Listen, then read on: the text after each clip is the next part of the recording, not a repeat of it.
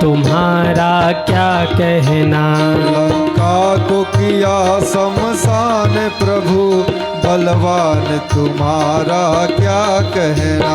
कलयुग में सिद्ध हो देव तुम ही हनुमान, तुम्हारा क्या कहना। कलयुग में सिद्ध हो देव तुम्हें हनुमान, तुम्हारा क्या कहना। सभी दोनों हाथ ऊपर करके तालियां बजाते हुए हरि बोल।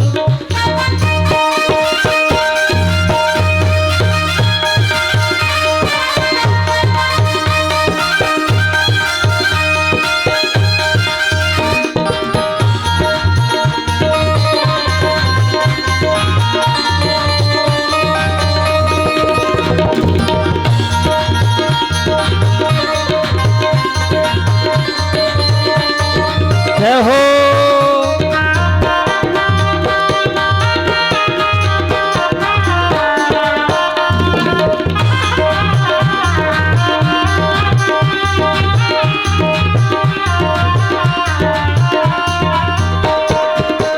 जब लक्ष्मण जी को शक्ति लगी, तुम धौलागिरी पर्वत लाए। जब लक्ष्मण जी को शक्ति लगी, तुम धौलागिरी पर्वत लाए। लक्ष्मण जी ही मूर्छित नहीं थे, हम सब मूर्छित हैं। माया में पड़कर हम सब भगवान को भूल गए हैं। संजीवनी की जरूरत है हम लोगों को। किस किस को संजीवनी बूटी चाहिए, उठाइए हाथ। वाह। और संजीवनी बूटी कौन लाएगा? अरे बोलो ना। हनुमान जी, हनुमान जी से कहिए बाबा, जब लक्ष्मण जी को शक्ति लगी, तुम धौलागिरी पर्वत लाए। जब लक्ष्मण जी को शक्ति लगी, तुम धौलागिरी पर्वत लाए। लक्ष्मण के जय हो, लक्ष्मण के जय हो। लक्ष्मण के बचाए आकर के, तब प्राण तुम्हारा क्या कहना। लक्ष्मण के बचाए आकर के, तब प्राण तुम्हारा क्या कहना। कलयुग में सिद्ध हो देव तुम ही हनुमान, तुम्हारा क्या कहना। कलयुग में सिद्ध हो देव तुम्हें हनुमान, तुम्हारा क्या कहना। तेरी शक्ति का क्या कहना, तेरी भक्ति का क्या कहना। तेरी शक्ति का क्या सब गाइए जय हो। तेरी भक्ति का क्या कहना। कलयुग में सिद्ध हो देव तुम्ही हनुमान, तुम्हारा क्या कहना। कलयुग में सिद्ध हो देव तुम्हें हनुमान, तुम्हारा क्या कहना। एक बार दोनों हाथ ऊपर करिए। और हनुमान जी को सबसे प्रिय क्या है? राम नाम। बोलिए, सीताराम राम राम राजा राम राम राम, सीताराम राम राम राजा राम राम राम, सीताराम राम राम राजा राम राम राम, सीताराम राम राम राजा राम राम राम, सीताराम राम राम राजा राम राम राम, सीताराम राम राम राजा राम राम, सीताराम राम राम सीताराम राम राम, सीताराम राम राम राजा राम राम राम। कलयुग में सिद्ध हो देव तुम्ही हनुमान, तुम्हारा क्या कहना। कलयुग में सिद्ध हो देव तुम्हें हनुमान, तुम्हारा क्या कहना। बलवान तुम्हारा क्या कहना। बलवान तुम्हारा क्या कहना। हनुमान तुम्हारा क्या कहना। हनुमान तुम्हारा क्या कहना। बोलो हनुमंत लाल की जय हो। तेरी शक्ति का क्या कहना, अरे तेरी भक्ति का क्या कहना। तेरी शक्ति का, तेरी भक्ति का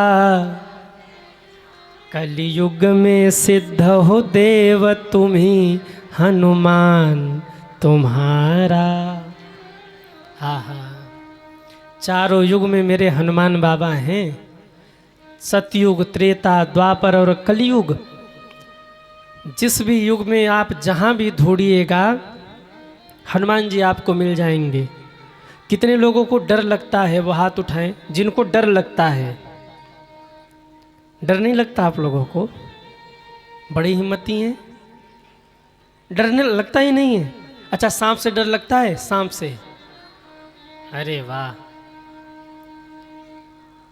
ये संसार सांप ही की तरह है।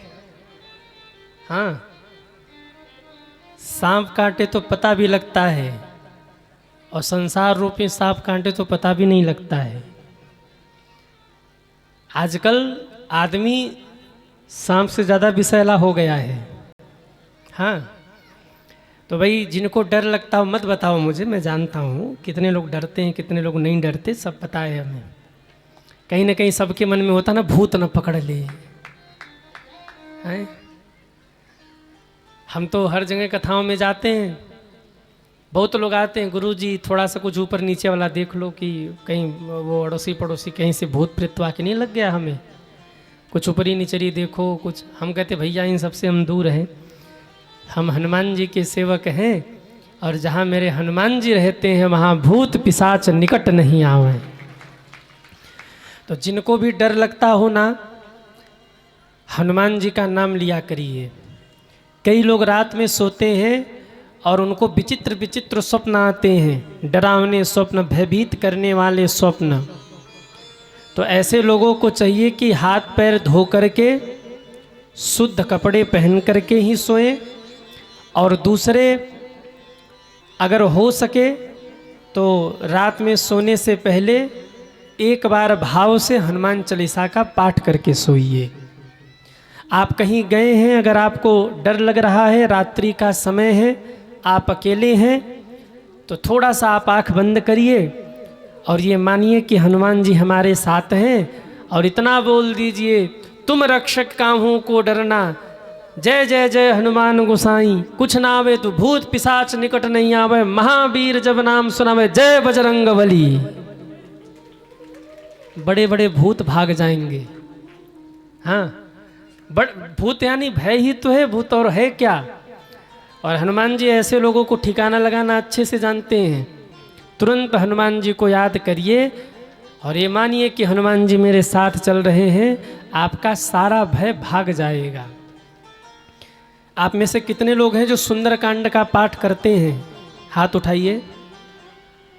वाह, सुंदरकांड का पाठ अवश्य किया करिए।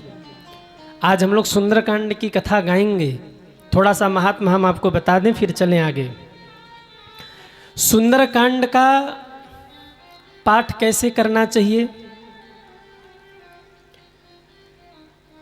देखिए, श्री हनुमान जी को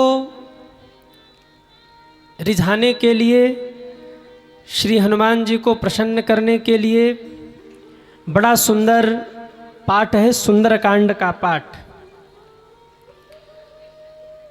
रामचरितमानस का पंचम सोपान। रामचरितमानस में 7 कांड हैं, जिसमें श्री रामचरितमानस का पंचम सोपान है सुंदरकांड। जो लोग भी चाहते हैं कि हनुमान जी महाराज प्रसन्न हो जाएं, शनिवार और मंगलवार सुंदरकांड का पाठ करिए। कैसे करना है सुंदरकांड का पाठ? हम लोग पाठ तो करते हैं पर सही विधि ज्ञान नहीं है, और जब तक कोई चीज़ सही विधि से न हो तब तक उसका पूरा फल नहीं मिलता। सुंदरकांड का पाठ आपको कैसे करना है सुनिए। साफ सुथरे वस्त्र धारण करिए। हनुमान जी को लाल वस्त्र बहुत पसंद है, तो हो सके तो शरीर पर कोई लाल वस्त्र या लाल गमछा ही आप रख लीजिए, और एक आसन पर लाल वस्त्र बिछाइए, जिस पे राम दरबार की फोटो रखिए, जिसमें हनुमान जी भी हों। जहाँ जहाँ राम दरबार होता है हनुमान जी जरूर होते हैं। तो राम दरबार की फोटो रखिए, एक दिवा जलाइए हनुमान जी के सामने। और तुलसी की माला प्रभु को अर्पित करिए। तुलसी की माला अगर हो सके तो 12 गांठ की तुलसी माला बनाइए। 12 गांठ, 12 गांठ मतलब समझ रहे हैं, 3 पत्ते एक कली में हो ऐसा तुलसी पत्ता आप तोड़िए, अगर तुलसी माँ हो तो, नहीं तो मार्केट से भी लाएं तो मार्केट में भी मिल जाता है, बाजार में भी मिल जाता है। और 12 गांठ की वो माला हो जिसमें 12 गांठ लगे हों, तुलसी 12 जगह बधी हो, आप उसे हनुमान जी को अर्पित करिए, प्रभु को अर्पित करिए। और प्रभु को राम दरबार के ऊपर अर्पित करके लड्डू का भोग लगाइए। और फिर भाव से एक एक शब्द भगवान को समझ में आना चाहिए, इस भाव से कि भगवान सुन रहे हैं। आप भगवान को बैठ कर के सुंदरकांड सुनाइए और पूर्ण करने के बाद आप हनुमान चालीसा का पाठ अवश्य करिए। अगर समय मिल जाए तो हनुमान अष्टक भी पढ़िए। बाल समय रवि भग चलियो तब तीनहु लोक भयो अधियारो। हनुमान जी जागृत होते हैं तो सुंदरकांड का पाठ करिए, इसके बाद हनुमान चालीसा का पाठ करिए, समय हो तो हनुमान अष्टक का पाठ करिए। और 5 मिनट अगर आपको समय मिल जाए तो सीताराम सीताराम भी गा लीजिए। क्यों? हनुमान जी सबसे अधिक प्रसन्न होते हैं जब हनुमान जी को कोई जाके कह दे बाबा सीताराम, हनुमान जी खुश हो जाते हैं। कोई सीताराम कह दे तो बाबा के रोम रोम पुलकित हो जाते, गदा लेके खड़े हो जाते, बता तुझे क्या चाहिए, प्रसन्न हो जाते हनुमान जी। तो सीताराम सीताराम 5 मिनट गा लीजिए, भाव से प्रभु की आरती कर लीजिए। भाव मूल है, एक दिया अवश्य जलाइए और भाव से, जब तक भाव नहीं बनेगा आप रोज सुंदरकांड का पाठ करिए, कोई फल नहीं मिलेगा। जब भाव आपका बन जाएगा कि नहीं मेरे प्रभु सुन रहे हैं, तब मेरे हनुमान जी की कृपा बरस जाएगी। सज्जनों, शनिवार और मंगलवार अगर समय न मिले तो मंगलवार या शनिवार कोई एक आप चुनाव कर लीजिए। जिनके जीवन में बाधा चल रही हो, कई लोग आते हैं शनि देव परेशान कर रहे हैं। अगर शनि देव परेशान कर रहे हो तो शनि देव के ऊपर अगर कोई आधिपत्य करने वाला है तो हनुमान जी हैं। हनुमान जी के चरण पकड़ लीजिए। शनि देव वहाँ नहीं जाते जहाँ हनुमान जी होते हैं। हनुमान जी से कांपते हैं शनि देव। अगर कोई ग्रह उल्टा सीधा चल रहा हो, शनि का प्रकोप चल रहा हो ना, तो हनुमान जी की सेवा करना आरंभ करिए। एक बार हनुमान जी ध्यान लगाए बैठे थे, शनि देवता जा रहे थे, हनुमान जी सीताराम सीताराम मस्त थे। शनि देवता ने सोचा हमने सबको पराजित किया है, सबको दबा दिया है, पर ये बंदर मेरे बस में नहीं, आज मैं इसको दबाऊंगा पकड़ के, आज इसके ऊपर मेरी कुदृष्टि होगी। हनुमान जी तो अपना सीताराम सीताराम कर, उन्हें कुछ पता ही नहीं है। शनि देव आए, हनुमान जी को दबाना शुरू किया। हनुमान जी को लगा कोई हमको दबा रहा है क्या, पीछे मुड़कर देखा तो शनि देव थे। हनुमान जी ने कहा अच्छा ये गुरुपुत्र आए हैं, अभी बताता इनको। हनुमान जी ने ऐसे ही एक हाथ से झपट्टा मारा, धम्म से धरती पर पटका। जिस शिला पर पटका था उसी शिला के ऊपर उतनी बड़ी दूसरी शिला उठाई और शनि देव के ऊपर रख के लगे दबाने। अब जैसे ही दबाने लगे शनि देव लगे चिल्लाने, हे हनुमान जी छोड़ दीजिए, मर जाऊंगा प्रभु, छोड़ दीजिए, मर जाऊंगा, प्राण निकल जाएंगे हमारे, छोड़ दीजिए। हनुमान जी ने थोड़ी देर तक दबा करके रखा और जब अंग अंग चूर चूर हो गया, एकदम अभिमान नष्ट हो गया, तब हनुमान जी ने धीरे से पत्थर हटाया। बोले क्या हालचाल है? बोले प्रभु आज तो मर ही गया होता, मैं आपके चरण पकड़ूं, मुझे क्षमा कर दो, आज से आपके पास नहीं आऊंगा। हनुमान जी ने कहा शनि देवता केवल मेरे पास ही नहीं, मुझे वचन दीजिए कि जो भी भक्त आज से मेरी सेवा करेंगे उनके पास भी तुम नहीं जाओगे, उनके ऊपर भी तुम कुदृष्टि नहीं करोगे, ये मुझे वचन दो। शनि देव ने कहा भगवान हम आपको वचन देते हैं, आज से जो आपकी सेवा करेगा उसकी ओर देखेंगे भी नहीं, ताकेंगे भी नहीं, उधर से भाग जाएंगे हम। पर प्रभु ये जो आपने हमको पीटा है ना, पूरे शरीर में पीड़ा हो रही है, कृपा करके बताइए मेरे इस पीड़ा का अंत कैसे होगा। तब हनुमान जी ने कहा मेरे चरणों में तेल की मालिश करके चरण सेवा करो, तुम्हारे शरीर का दर्द दूर हो जाएगा। श्री हनुमान जी के चरण दबाने लगे शनिदेव, तेल लगा करके महाराज मालिश किया है चरणों का, चरण सेवा की है, और तब से हनुमान जी को तेल भी चढ़ता है। सिंदूर इसलिए चढ़ता है क्योंकि सीता जी के मांग में सिंदूर देखकर हनुमान जी ने पूछा कि माता जी ये सिंदूर क्यों लगाती हैं आप। माता जी ने कहा राम जी खुश होते हैं। हनुमान जी को तो एक पॉइंट मिलना चाहिए। बोले माँ आप थोड़ा सा सिंदूर लगाती हैं तो राम जी आप पर इतने खुश रहते हैं, एक काम करते हम पूरे शरीर में सिंदूर लगा देते मेरे ऊपर, राम जी सदैव खुश रहेंगे। पूरा सिंदूर उठाया और नहा लिया हनुमान जी ने। अब महाराज झम झम सीताराम सीताराम गाते हुए सभा में पहुँचे। सब ताली बजा के हंसने लगे, अरे ये बंदर कहाँ से आया बंदर। राम जी ने देखा हनुमान तुम सिंदूर लगा के यहाँ क्या कर रहे और ये सब क्या है। बोले माता जी ने कहा कि आपको वो व्यक्ति प्रिय लगता है जो सिंदूर लगाता है। अब हनुमान जी क्या जाने ब्रह्मचारी कि वो विवाहित है इसलिए सिंदूर। बोले माता जी ने कहा है कि आप सिंदूर लगाने से प्रसन्न होते हो, तो प्रभु हमने अपने पूरे शरीर में सिंदूर लगा लिया। राम जी दौड़ के हनुमान जी को हृदय से लगाते हैं और आशीर्वाद दिया, हनुमान आज के बाद जो तुम पर सिंदूर अर्पित करेगा उसके सारे दुख दूर हो जाएंगे।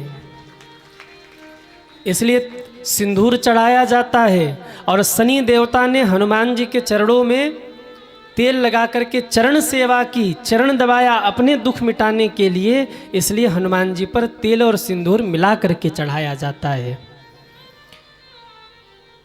तो जिनको शनिदेव परेशान कर रहे हों उनको चाहिए कि वो हनुमान जी की सेवा करें। सुंदरकांड का पाठ करिए, हनुमान चालीसा का पाठ करिए, अपने बच्चों से भी हनुमान चालीसा का पाठ करवाइए। शनिदेव न भी परेशान कर रहे हो तो भी अपने घर की सुख शांति के लिए घर में सुंदरकांड का पाठ करिए। हम लोग जब छोटे छोटे थे ना तो माता जी ने नियम बनाया था, प्रतिदिन सुबह उठो, स्नान करो, स्नान करके भगवान के सामने जाओ, पाठ करो सुंदरकांड का, हनुमान चालीसा का पाठ करो, तिलक लगाओ, तभी भोजन मिलेगा, नहीं तो भूखे स्कूल जाना है। ये माता जी का नियम था। और जिस दिन पाठ न करें हम लोग भोजन नहीं मिलता था। उनका नियम था 4 बजे उठ जाना है। अब तो थोड़े आलसी हो गए, जब से कथा में बहुत ज़्यादा व्यस्त रहने लगे तब से माता जी का उतना ध्यान नहीं रह पाता, क्योंकि कभी कहीं हैं कभी कहीं हैं, कभी रात में चल रहे तो कभी दिन में चल रहे, कभी दिन में यहाँ हैं तो पता लगा शाम को मुंबई पहुँचना है, वहाँ कथा है, तो फिर वहाँ पहुँचना है, वहाँ कथा है, तो बड़ी लंबी लंबी यात्राएं हो जाती। सुबह कहीं होते हैं, शाम को कहीं होते हैं। तो अब तो कोई नियम नहीं लगता, पर जब हम लोग छोटे छोटे थे माता जी ने नियम बनाया था 4 बजे उठना है भोर में, और जो नहीं उठा ना कोई उठाने नहीं जाएगा, सीधे माता जी पहुँचती थी। और फिर हम लोगों की क्या सेवा होती होगी आपको तो पता ही है। नहीं आप वैसा मत समझो जैसा आप समझ रहे हैं, सेवा में मतलब पिटाई नहीं होती थी, माता जी बोलती ही नहीं थी। ठंडी का मौसम हो और कोई 4 बजे के बाद भी सोया रह जाए तो 1 लोटा पानी ठंडा ठंडा ले जाके हर हर गंगे, कुछ बोलती नहीं थी, चुपचाप ले जाके डाल दिया और चली गई, जाके अपना पूजा पाठ करने लगी। अब सोचो कितना अच्छा लगता रहा होगा ना। ठंडी का मौसम, 4 बजे भोर का समय, जब कड़ाके की ठंड पड़ रही हो, 1 लोटा पानी ऊपर से, हा क्या सुख मिलता रहा होगा। लेकिन बचपन से इतना नियम में बांधा, उठो सुंदरकांड का पाठ करो। तो ही हम लोग छोटे छोटे थे तभी सुंदरकांड हनुमान चालीसा कंठस्थ हो गया। छोटे छोटे थे बिल्कुल, बाल्यकाल से ही सब कंठस्थ हो गया, क्योंकि माता जी हम लोगों को पढ़ाती थी। आज भी शनिवार को कोई भी, सब हो तो सब करते हैं पाठ, न हो तो अकेले माता जी करती हैं घर पे पाठ। हनुमान जी विराजमान हैं, आप लोग तो गए थे, तो सामने बैठ के वो पाठ करती हैं। अपने घर में सुख समृद्धि चाहते हैं तो हनुमान जी के चरण पकड़िए, सुंदरकांड का पाठ करिए। शनिवार मंगलवार न हो सके तो शनिवार या मंगलवार, ज़्यादा नहीं, 108 शनिवार और मंगलवार करिए।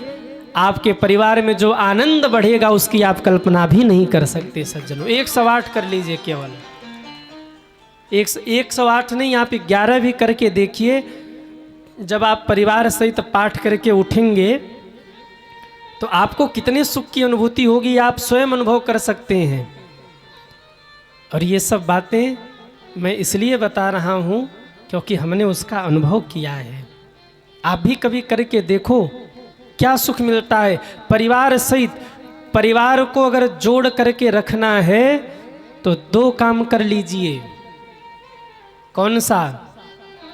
पहला काम, दिन भर कहीं होइए, शाम को परिवार में एक साथ बैठ कर के भोजन करिए, और दिन भर कहीं होइए, रात में शाम को जब भी समय मिले 5 मिनट भगवान के सामने बैठ कर के भजन करिए। आपका परिवार सदैव बना रहेगा।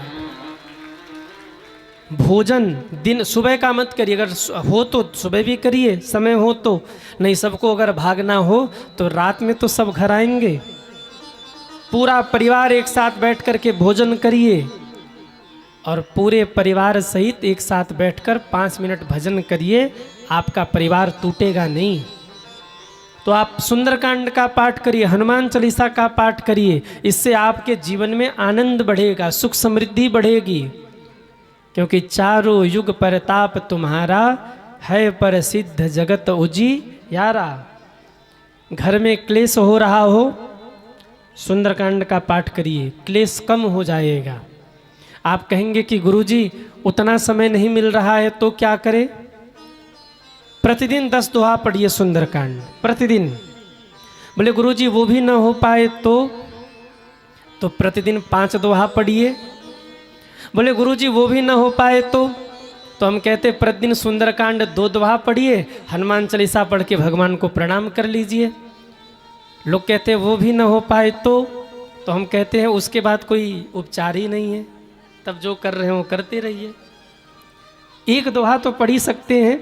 शुरू करिए, जामवंत के वचन सुहाए, सुनी हनुमंत हृदय कपि भाए, तब लगी मोहि परखे हो तुम भाई, सही दुख कंद मूल फल। 2 मिनट लगेगा, 2 दोहा पढ़ लीजिए, हनुमान चालीसा पढ़ लीजिए, अर्थ सहित पढ़िए, समझा कर पढ़िए। जामवंत के वचन सुहाए, सुनी हनुमंत हृदय अति भाए। बचपन में हम लोग ऐसे ही पढ़ते थे। तब लगी मोहि परखे हूँ तुम भाई, सही दुख कंद मूल फल खाई। समझा के पढ़िए, अर्थ सहित पढ़िए, जीवन का आनंद देखिए। फिर बोलिए हनुमान जी महाराज की जय हो। सारे बंदर भालू समुद्र के तट पर पहुँचे हैं और विचार चल रहा कि अब क्या किया जाए। जटायु के भाई संपाति ने सीता जी का पता बताया। जटायु के भाई संपाति कहते हैं कि हे बंदर भालुओं, मैं तुम्हारी सहायता करता हूँ। क्या सहायता करेंगे महाराज? संपाति जी ने बताया, यहाँ से 400 कोस दूर त्रिकूट पर्वत है, जिसके एक शिखर पर लंका बसी है। उसी लंका में अशोक वाटिका है, उसी अशोक वाटिका में अशोक वृक्ष है। अशोक वृक्ष के नीचे एक चबूतरा बना हुआ है। चारों ओर राक्षस राक्षसियां घेर कर खड़े हैं और उसी के बीच में श्री सीता जी बैठी रो रही हैं और प्रभु को याद कर रही हैं। बंदर भालुओं ने कहा, हम लोग क्यों नहीं देख पा रहे हैं?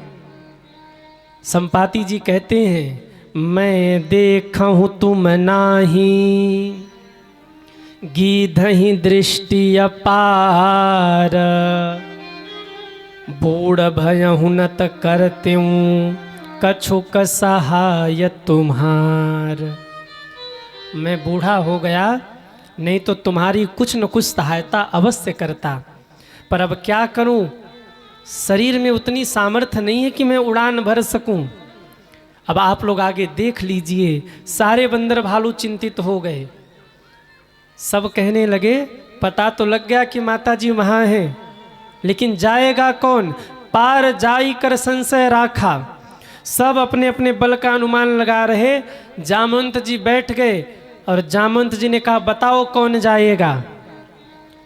एक बंदर ने कहा, मैं एक दिन बैठा था और मैंने खेल खेल में छलांग लगाया तो मैं 10 योजन पार कर गया, 10 योजन। जामवंत जी ने कहा, वाह बहुत अच्छा, ताली बजाओ इनके लिए, 10 योजन चले जाएंगे। कोई और? दूसरे बंदर को उत्साह आया, उसने कहा, हम 30 योजन जाएंगे, हमारा नोट करिए, 30 योजन हमारा है।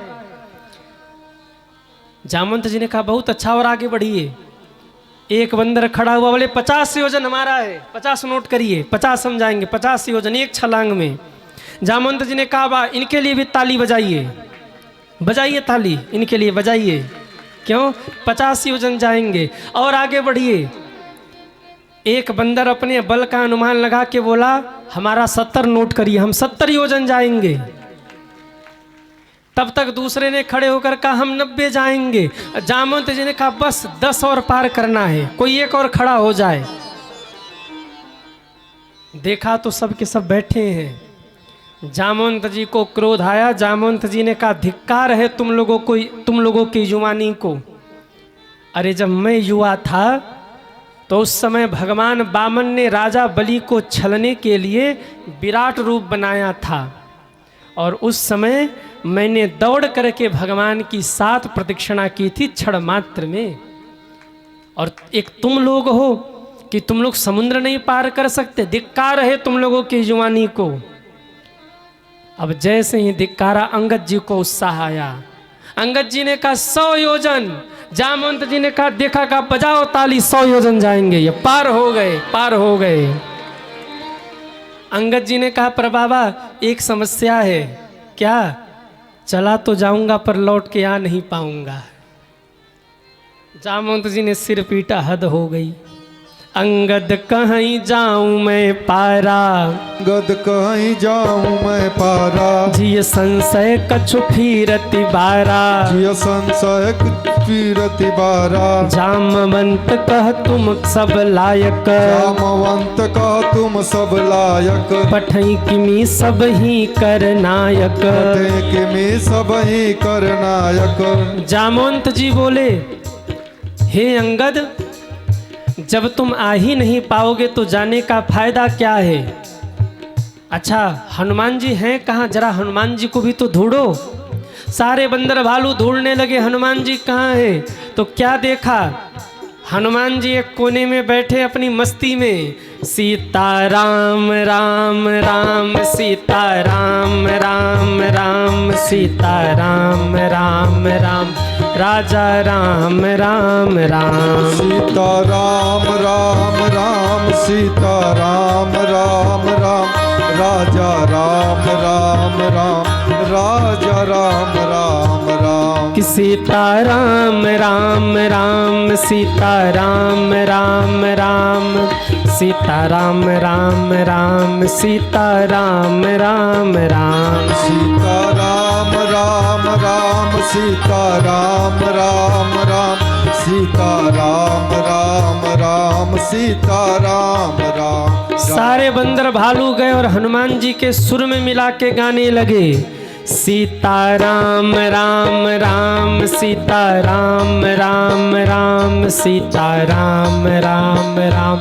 सीता राम राम राम। सीता राम राम राम सीता राम राम राम सब गाइए, राम राम राम सीता राम राम राम। हनुमान जी ने सोचा ये कौन आ गया पीछे से गाने वाला। नजर घुमा के देखा तो सारे बंदर भालू हाथ जोड़ के ताली बजा बजा के गा रहे।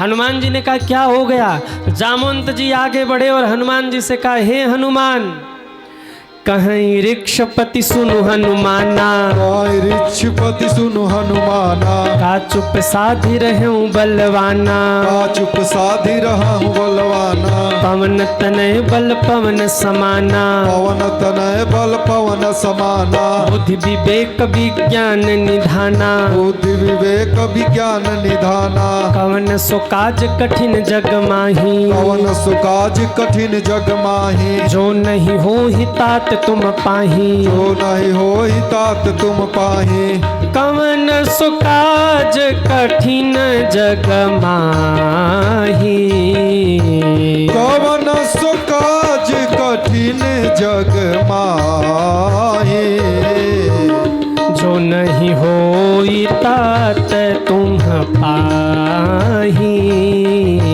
जो नहीं होई तात तुम पाई। जामवंत जी जगा रहे हे हनुमान, तुम बल के खजाना हो, तुम बुद्धि के खजाना हो, तुम विवेक के निधान हो, तुम ज्ञान में निपुण हो। इस संसार में, इस सृष्टि में, इस जगत में, इस पूरे विश्व में कौन सा ऐसा कार्य है जो तुम नहीं कर सकते हे हनुमान? जागो जागो जागो। पर हनुमान जी चुपचाप बैठे हैं। जामवंत जी सोच रहे हैं, प्लग लगा रहा हूँ पर लाइट जल क्यों नहीं रही है।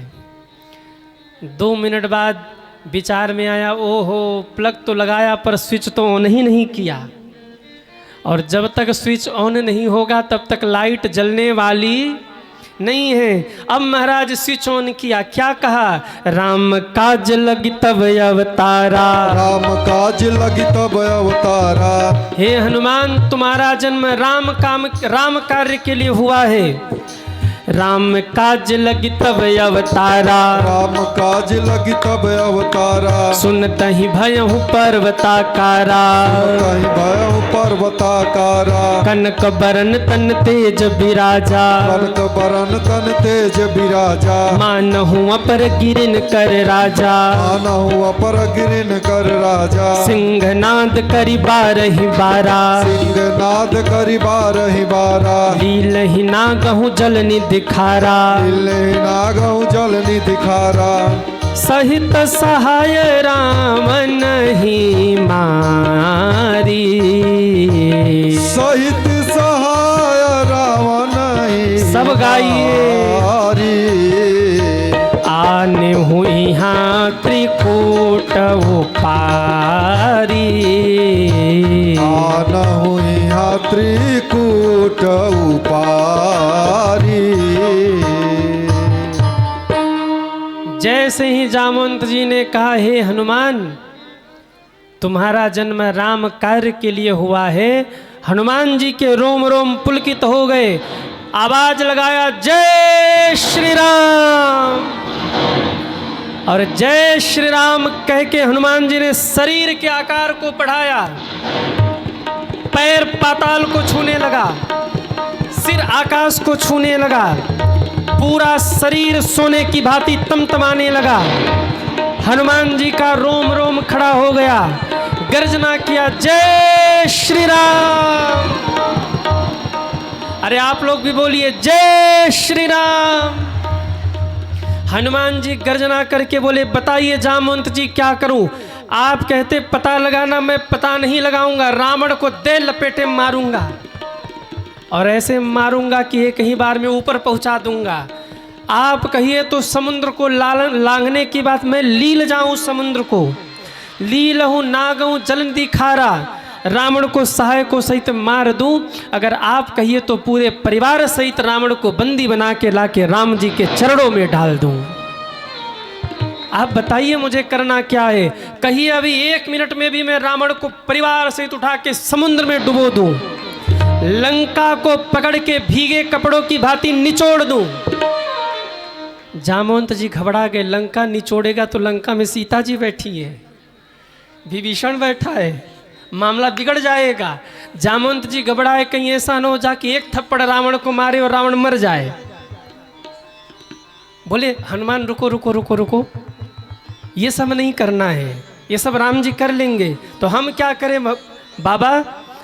बाबा कहते हैं, हे हनुमान सुनो, तुमको केवल इतना करना है, इतना करी हूँ तात तुम जाई, अरे सीत ही देखी कहूँ सोधी आई। केवल इतना करिए, राम जी का संदेश सीता जी को सुना दीजिए और सीता जी का संदेश लाकर प्रभु को सुना दीजिए। इसके बाद सब प्रभु कर लेंगे, आप चिंता मत करिए। हनुमान जी को ये बात बड़ी अच्छी लगी और इतनी अच्छी लगी कि गोस्वामी जी भी कहने पे मजबूर हो गए। सुंदरकांड की पहली चौपाई सब गाइए। जामवंत के बचन सुहाए, सुनि हनुमंत हृदय अति भाए। जामवंत के बचन सुहाए, सुनि हनुमंत हृदय अति भाए। तब लगी मोहि परखे हूँ तुम भाई, सही दुख कंद मूल फल खाई। तब लगी मोहि परखूं तुम भाई, सही दुख कंद मूल फल खाई। श्री राम जय राम जय जय राम, श्री राम जय राम जय जय राम। श्री राम जय राम जय जय राम, श्री राम जय राम जय जय राम। सुंदरकांड की पहली चौपाई में लिखा गया, जामवंत के बचन सुहाए, सुनि हनुमंत हृदय अति भाए। जामवंत जी की बात हनुमान जी को बड़ी अच्छी लगी। कौन सी बात? इतना करहु तात तुम जाई, सीत ही देखी कहूँ सुधी आई। ये बात हनुमान जी को बड़ी अच्छी लगी और यहीं से सुंदरकांड का आरंभ हुआ। याद रखिएगा, सुंदरकांड का आरंभ कहाँ से होता है? हनुमान जी के छलांग लगाने से नहीं। सुंदरकांड यानी सुंदर जीवन का आरंभ कब होता है? बोले जब समाज के युवाओं को बड़े बुजुर्गों की बात अच्छी लगने लगे तो समझ लेना वहीं से सुंदरकांड का आरंभ हो चुका है। आजकल के युवाओं को बुजुर्गों की बात अच्छी नहीं लगती, पर जब समाज के नवयुवकों को, समाज के नौजवानों को बड़े बुजुर्गों की बात भाने लगे, बड़े बुजुर्गों का वो आदर करने लग जाएं, उनका सम्मान करने लग जाएं, तो समझ लेना चाहिए कि अब सुंदरकांड का आरंभ हो चुका है। आजकल के युवाओं को माता पिता और बड़े बुजुर्गों की बात अच्छी नहीं लगती। आजकल बच्चों के लिए सबसे बड़ा दुश्मन कौन है? कहा माता पिता, दादा दादी। और सबसे बड़ा मित्र कौन है? सहयोगी कौन है? सबसे बड़ा उनका अपना कौन, हितैषी कौन लगता है? बोले वो मित्र जो उनकी जिंदगी को बर्बाद कर रहे हैं। वो मित्र उन्हें अच्छे लगते हैं जो कहते मेरे साथ तू 2 घोट नहीं पिया तो तू मेरा मित्र नहीं है। और वो माँ बाप अच्छे नहीं लगते जो कहते कुसंग में मत पड़ो, अच्छे लोगों का संग करो। वो माता पिता सबसे बड़े शत्रु लगते हैं। पर सुंदरकांड की कथा तभी आरंभ होती है, सुंदरकांड जीवन में तभी प्रारंभ होता है जब युवाओं को बड़े बुजुर्गों की बात अच्छी लगने लग जाए। सज्जनों, बड़े फायदे हैं बड़े बुजुर्गों की बात मानने में। एक बार एक भाई साहब थे, उनकी शादी फिक्स हुई।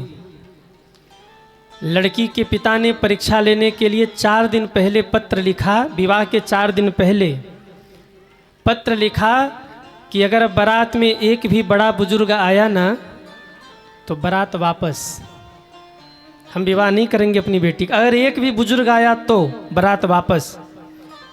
चिट्ठी पहुंची लड़के वाले के गांव। जितने युवा थे सब नाचने लगे कि अब मजा आएगा। क्यों?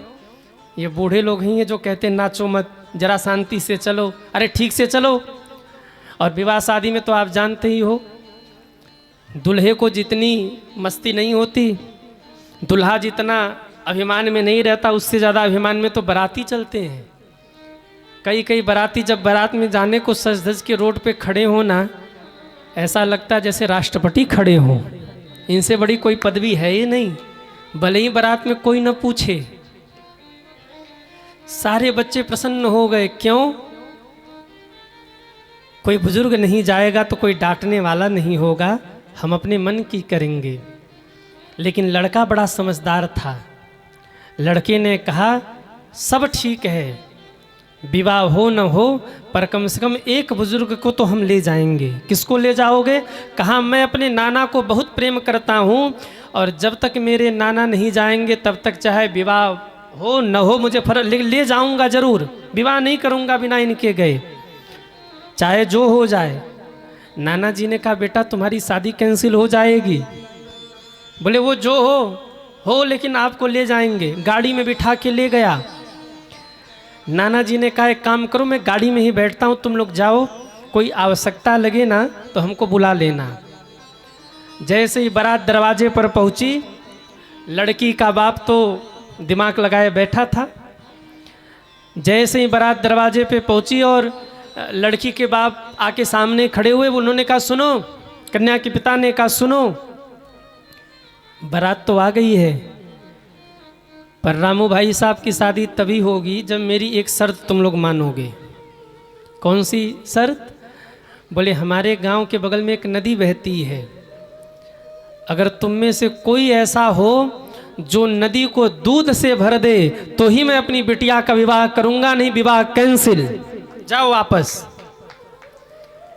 अब जितने नाच रहे थे सबका नाच गाना बंद हो गया, सब युवा शांत हो गए। का करे, सब ने कहा अब तो बारात वापस होगी। क्यों? नदी को दूध से भरना आसान है क्या? सब भागे, का किया जाए। लड़के को ध्यान था नाना जी आए कुछ काम बनाएंगे। लड़का जाके बोला नाना जी संकट है। क्या हो गया? बोले हम कुंवारे ही रह जाना चाहते हैं। क्यों? पहले तो लड़की का पिता वो बोला कि किसी बड़े बुजुर्ग को मत लाना, और अब कह रहा कि हमारे गांव के बगल में नदी बहती उसको दूध से भरो, जो संभव ही नहीं है। नाना जी मुस्कुराए और कहा यह तो बहुत आसान है। आसान है? कैसे? नाना जी ने कहा बेटा जाके कह दो अपने ससुर जी को कि वो नदी को पानी से खाली कर दे, हम दूध से भरने को तैयार हैं। सारे युवा नाचते गाते पहुंचे। कन्या के पिता ने पूछा क्या हो गया, कोई उपाय मिला? बोले हाँ मिल गया ना, हम भरने को तैयार है नदी को दूध से, लेकिन एक शर्त है, आप पानी से खाली तो करो। कन्या के पिता ने मुस्कुराते हुए कहा तुम्हारी बुद्धि नहीं है, कौन आया है पीछे? लड़के के पिता बच्चे ने दौड़ करके नाना जी को बुलाया। बोले नाना जी आए हैं।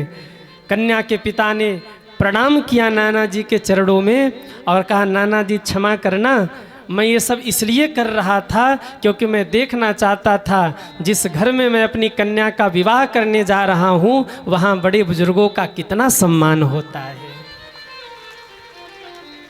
मेरे लाख मना करने के बावजूद भी अगर ये आपको लेकर आए हैं, इसका मतलब मैं अपने बेटी का हाथ सही हाथ में दे रहा हूँ। जिस घर में बड़े बुजुर्गों का इतना सम्मान है वहाँ मेरी बिटिया सदैव खुश रहेगी। बताओ, नाना जी नहीं गए होते तो रामू भाई साहब की तो शादी रह ही जाती। हाँ या ना? अरे कहिए। इसलिए बड़े बुजुर्गों का सम्मान करिए। जीवन को सुंदर बनाना है तो बड़े बुजुर्गों का आदर करिए। बड़े बुजुर्ग कभी आपको गलत सलाह नहीं दे सकते क्योंकि उनके बाल धूप से नहीं अनुभव से पके होते हैं। हर कदम पे ठोकर खा के तब वहाँ तक वो पहुँचे हैं। और मेरे भाई बहन, दूसरों की गलती से सीखने से अच्छा है, अपनी गलती से सीखने से अच्छा है ना कि आप दूसरों की गलती से सीख लीजिए। बड़े बुजुर्ग अपने जीवन का जो अनुभव बताते हैं उस अनुभव को लेकर के आप आगे बढ़िए, जीवन में सदैव मंगल होगा। जामवंत जी के बात हनुमान जी को बड़े अच्छे लगे। जामवंत के वचन सुहाए, सुनी हनुमंत हृदय अति भाए। हनुमान जी को ये बात बड़ी अच्छी लगी, सबको हाथ जोड़ करके प्रणाम किया और कहने लगे, हे बंदर भालुओं, तुम लोग दुख सहना, कष्ट सहना, पर जब तक मैं लौट करके ना आऊं तब तक यहाँ से जाना मत। मुझे विश्वास है मैं माँ का पता लगा के आऊँगा, पर तुम लोग यही मेरी प्रतीक्षा करना, तुम लोग जाना मत। हनुमान जी क्यों कह रहे कि जाना मत? सुग्रीव ने कह के भेजा है, अगर कोई बिना पता लगाए आया सीता जी का तो मार डालूंगा उसे। हनुमान जी ने सोचा थोड़ा टाइम लगेगा मुझे, और अगर ये अकेले चले गए तो सुग्रीव इन्हें मार डालेंगे, और सीता को ढूंढने का, मैया को ढूंढने का सारा श्रेय मैं अकेले नहीं लेना चाहता। मैं चाहता हूँ जितने बंदर भालू आए हैं इसका श्रेय सभी बंदर भालुओं को प्राप्त हो जाए। जीवन में कभी आप उपलब्धि प्राप्त कर लीजिए ना, तो उस उपलब्धियों का सारा श्रेय अपने परिवार को दे दीजिए, क्योंकि बिना परिवार के सहयोग के कोई सफल नहीं हो सकता। कहीं न कहीं पत्नी ने तप किया होगा आपके लिए, बच्चों ने तप किया होगा, परिवार के लोगों ने सहयोग किया होगा। आप किसके भाग्य से बढ़ रहे हैं ये आप नहीं जान सकते। आपके घर में किसके भाग्य से रोटी आ रही, धन आ रहा, कपड़े आ रहे, वस्त्र आ रहे, मान सम्मान आ रहा, ये भी आप नहीं कह सकते। कुछ भी जीवन में बड़ा हो, पूरा श्रेय अपने परिवार को बांट दीजिए, उन लोगों को बांटिए जो आपके साथ लगे हैं। हनुमान जी ने कहा दुख सहना, पर यहाँ से जाना मत। क्यों?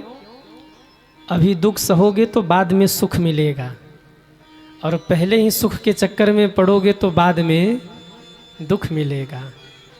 जो पहले ही सुख लेने के चक्कर में पड़ता है बहुत पछताता है, बाद में बहुत दुखी रहता है, और जो पहले दुख झेल ले उसका पूरा जीवन ही सुखमय हो जाता है। सज्जनों, युवाओं के लिए संदेश है, पहले आप दुख झेलिए, तप करिए, परिश्रम करिए। एक बार जब आप दुख झेल लेंगे तो सुख की अनुभूति जब आपको होगी उसका महत्व तो समझेंगे। बहुत पैसा हो किसी के पास ना, तो धन की कीमत नहीं समझता। मैंने एक दिन और कहा था, मैंने ऐसे बच्चों को देखा है, पिताजी से 20,000 मांगा, पिताजी ने 1 मिनट देरी की 10,000 दिया, केवल माचिस लगाया और 10,000 फूंक करके बाप के ऊपर फेंक दिया। ऐसे बच्चों को देखा है। जो संघर्ष करता है वो कीमत समझता है, जिसने दुख देखा हो वो सुख की कीमत समझता है। संसार है, इस संसार का नियम है, ये संसार पहले सुख देती है, संसार से पहले सुख मिलता है, और इसी संसार से बाद में दुख मिलता है। संसार में और भक्ति में एक अंतर है। संसार में पहले आपको सुख मिलेगा, बाद में उसी सुख से दुख मिलेगा, पर भक्ति में पहले आपको दुख मिलेगा और बाद में उसी दुख से आपको सुख की अनुभूति होगी। कोई नया नया फॉर्चूनर लेके आए ना, तो बेमतलब का पड़ोसी के दरवाजे पर 4 बार जाएगा और हॉर्न बजाएगा। जब तक वो निकल के पूछने ले, गाड़ी ली है क्या? बोले हाँ फॉर्चूनर। कितने में? 50 लाख, 55 लाख। अच्छा आजा बैठ जा, देख इसकी एसी कितनी अच्छी चलती है, आजा बैठ बैठ तुझे घुमा के लाएं। 4 चक्कर मारेगा, 4 लोगों को दिखाए, अरे नई गाड़ी ली, देखो क्या बढ़िया चलती है। 15 साल बीत गई, गाड़ी खटारा हो गई, इंजन खुल गया, अब उसका न गियर काम कर रहा, न ब्रेक काम कर रहा, न हॉर्न काम कर रहा है। फिर दिखाएंगे सबको कि हमने फॉर्चूनर ली है। कोई पूछ भी ले, अरे भाई कैसे? अरे बोले खटारा है, बेचना है इसको। कोई सोच रहे क्या बेचें, पुरानी है, पड़ी रहेगी घर पे। जिस गाड़ी ने पहले सुख दिया, बाद में वही गाड़ी दुख देने लगी। माताओं, नई नई बहू आए तो कितना सुख होता है आप लोगों को। बहू आई है, 4-6 महीने तक वो पड़ोस वाली सहेली ना, उससे बातचीत ही बंद होती है माताओं की। वो ऐसे सिर उठा के घूमे जैसे कोई प्रधानमंत्री राष्ट्रपति घूम रहे हो। वो भी कहती है बहन घूम ले 4-6 महीने बाद मेरे ही पास आएगी तो तब बताती हूँ तुझे।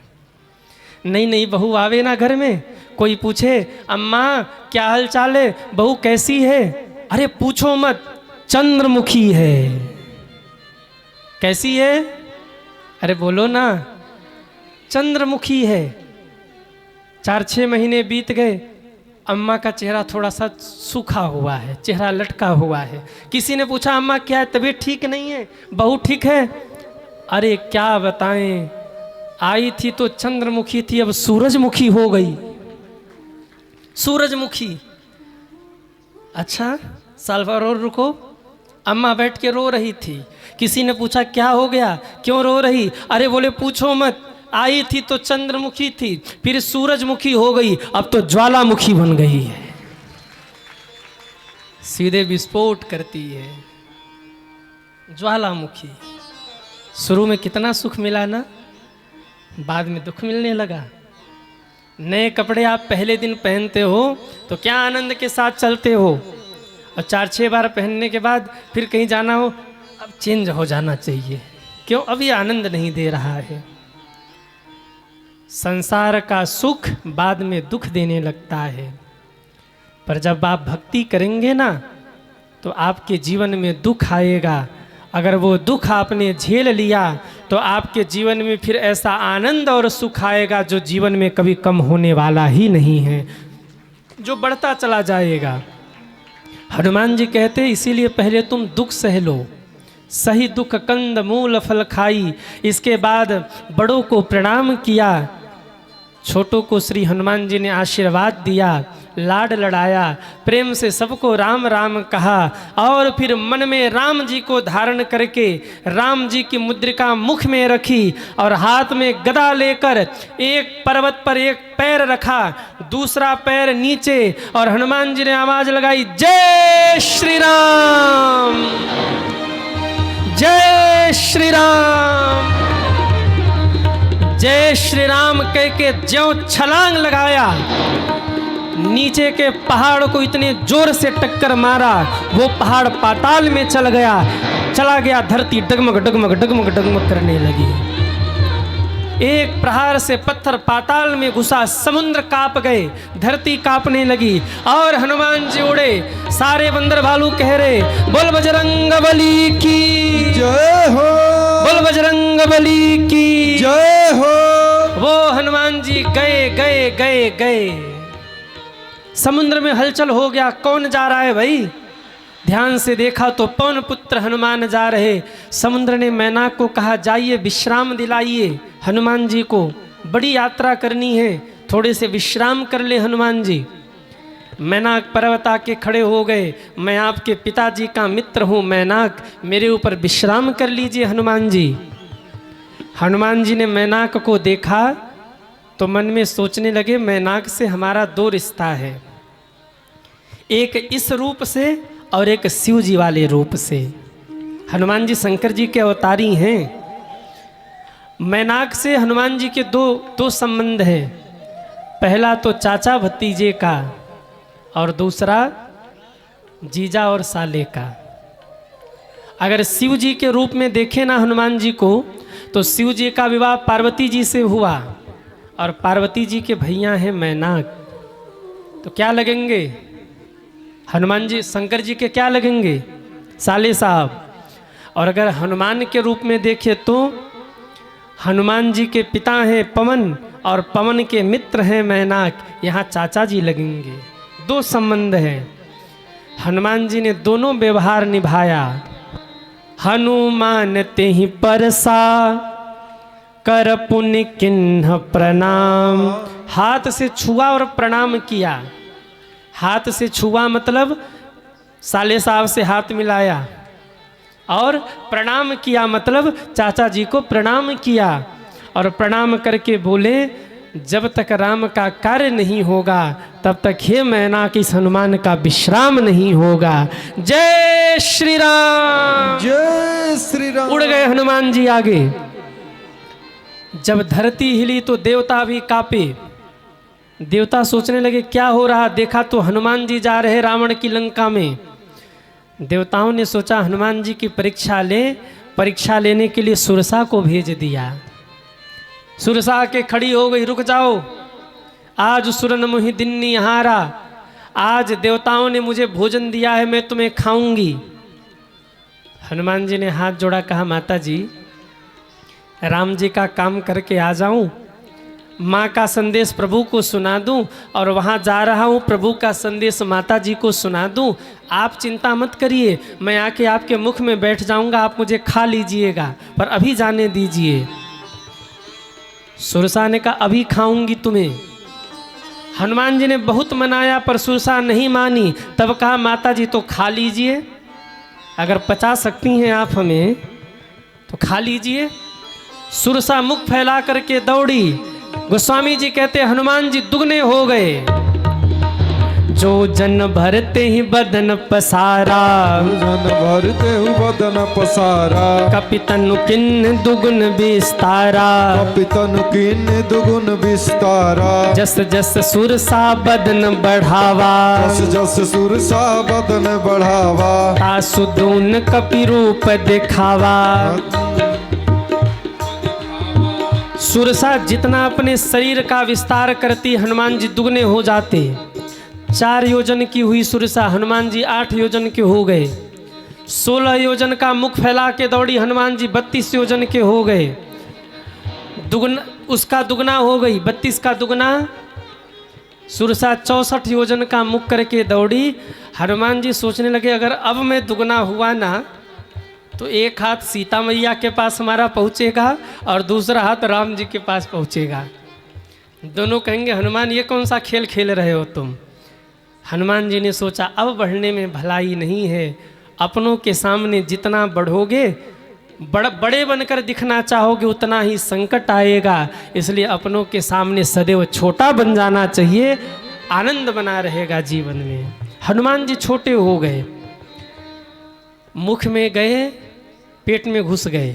ध्यान से सुनना, लीवर किडनी को बचा बचा के देखा, पचा सकता है कि नहीं ये हमें। देखा तो कमज़ोर था लीवर किडनी। हनुमान जी निकल के बाहर आ गए, बोले ये पचा नहीं पाएगी हमको। हाथ जोड़कर खड़े हो गए। जब तक सुरसा मुख बंद करती तब तक हनुमान जी बाहर आके खड़े हुए। सुरसा ने कहा तुमने छल किया, मैं खाऊंगी। हनुमान जी ने कहा मैं जूठा हो गया। माता जी जूठा भोजन नहीं करना चाहिए, मुख में निवाला जाए और गिर जाए तो उठा के फिर नहीं खाते। मैं आपके पेट तक गया और बाहर आ गया, इसका मतलब मैं जूठा हो गया हूँ, अब आप हमें खा नहीं सकती। और वैसे भी माता जी मैंने देख लिया आपके लीवर किडनी में इतनी हिम्मत नहीं है जो इस बंदर को बचा सके, इसलिए रहने दो। सुरसा ने जैसे ही सुना समझ गई ये तो बल बुद्धि के निधान है, आशीर्वाद दे दिया है हनुमान। राम काज सब करी हूँ, तुम बल बुद्धि निधान, आशीष देहि गई सो, फिर हर्षि चले हूँ हनुमान। हनुमान जी हर्षित होकर के उड़े, समुद्र के बीच में पहुंचे तो एक और राक्षसी मिल गई। रावण ने इसे विशेष सुरक्षा के लिए अपने लंका से कुछ दूर रख रखा था कि जो आए उसे खा जाना। क्या नाम है उसका? सिंगिका। जैसे ही हनुमान जी पहुंचे पकड़ के खींच लिया, मुख में भर लिया। सुरसा ने तो कहा भी था कि मैं खा रही हूं, इसने डायरेक्ट खा लिया। हनुमान जी ने कहा इसके जाने का समय हो गया। हनुमान जी ने मुष्टिक बांधा और गदा पकड़ करके मुष्टिका में जैसे ही प्रहार किया, जय श्री राम, ब्रह्मांड फट गया है और हनुमान जी निकल करके बाहर आ गए। बोले हनुमंत लाल की जय हो। सिंगिका को मारकर हनुमान जी लंका के द्वार पर पहुंचे और बाहर से खड़े होकर के लंका का दर्शन कर रहे हैं। कैसी है लंका? कनक कोट विचित्र मणिकृत सुंदरायतना घना, चौहट्ट हट्ट सुभट्ट बीथी चारुपुर बहु विधि बना। पूरी लंका नगरी सोने की है, सोने की दीवारें, सोने के सड़क, हीरे मोती नाली में बिछे हुए हैं, वो चमक रही है लंका। हनुमान जी आश्चर्य में पड़ गए, इतना सोना। अच्छा, आप कहोगे कि महाराज जी क्या सच में पूरी लंका सोने की थी? कई बार लोग हमसे भी कहते, गुरुजी क्या सच में पूरी लंका सोने की थी? हम कहते हाँ भाई, जब लिखा है तो रही होगी लंका सोने की। बोले हम समझ नहीं पा रहे हैं, सोना कितना महंगा हो रहा है आजकल। थोड़े से सोने पे लोगों का माथा बिगड़ जाए, और जहाँ पूरी लंका सोने की, बात कुछ समझ नहीं आ रही है। तो हम कहते भाई देखो, आप ये नहीं मान रहे कि लंका सोने की थी, तो ये मान लो कि लंका सोने वालों की थी। एक से एक बढ़कर सोने वाले थे लंका में, 6-6 महीने सोने वाले थे। एक वो था ना जो सो रहा था, क्या नाम था? कुंभकर्ण। आहा, 6-6 महीने सोने वाले थे, सोने वालों की लंका। हनुमान जी ने सोचा सोने की लंका है, सोने वालों को ही है, तो जो सोवत है सो खोवत है। सोने का समय रात्रि का होता है, और रात्रि में ही मैं प्रवेश करूं लंका में। पुर रखवारे देखी बहु, कपि मन किन्ह विचार। अति लघु रूप धरो निसी, नगर करो पैसार। रात के समय में बाबा कहते हैं, मसक समान रूप कपि धरी। रूप कपि धरी। मसक समान रूप कपि धरी। मसक समान रूप कपि धरी। लंकहि चले हूँ सुमेरि नर हरि। लंकहि चलऊ सुमेरि नर हरि। सुमेरि नर हरि। सुमेरि नर हरि। नाम लंकिनी एक निसीचरी। नाम लंकनी एक निसीचरी। सो कहीं चल सी मोहि निंदरी। सो कह चल सी मोहि निंदरी। जाने हूँ नहीं मरम सठ मोरा। जाने ही नहीं मरम सठ मोरा। मोर आहार जहाँ लगी चोरा। मोर आहार जहाँ लगी चोरा। जैसे ही हनुमान जी मच्छर के समान बन करके प्रवेश करते हैं, सुरक्षा एजेंसी ने पकड़ लिया हनुमान जी को। कौन है सुरक्षा एजेंसी?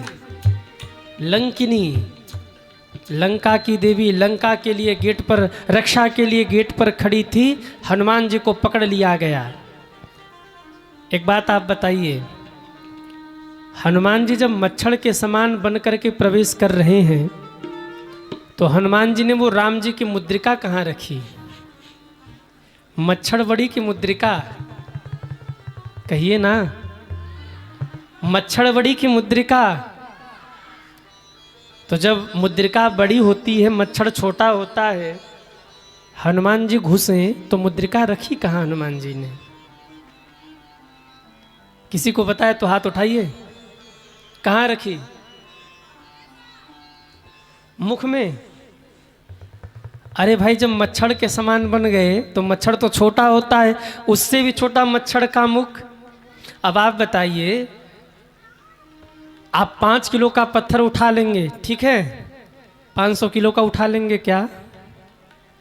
संभव नहीं है ना।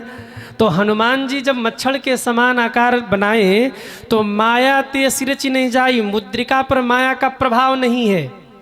कोई भी माया मुद्रिका को न घटा सकती है न बढ़ा सकती। वो मुद्रिका ऐसी थी। तो वो मुद्रिका रखी कहाँ गई? ध्यान से सुनिए। हाँ, नहीं सुनो, अब हम बता रहे हैं।